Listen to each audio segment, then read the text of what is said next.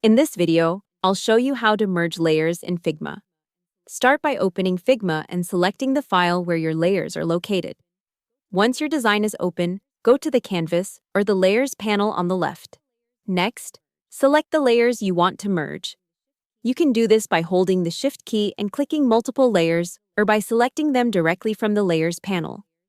After selecting your layers, go to the top menu and look for the options under Object.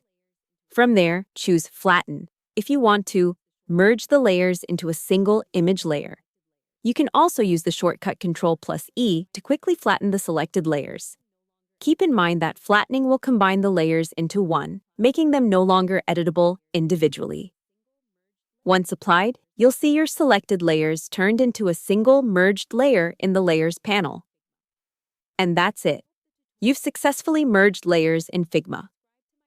Hope the tutorial was helpful. Subscribe to my channel and see you in the next video.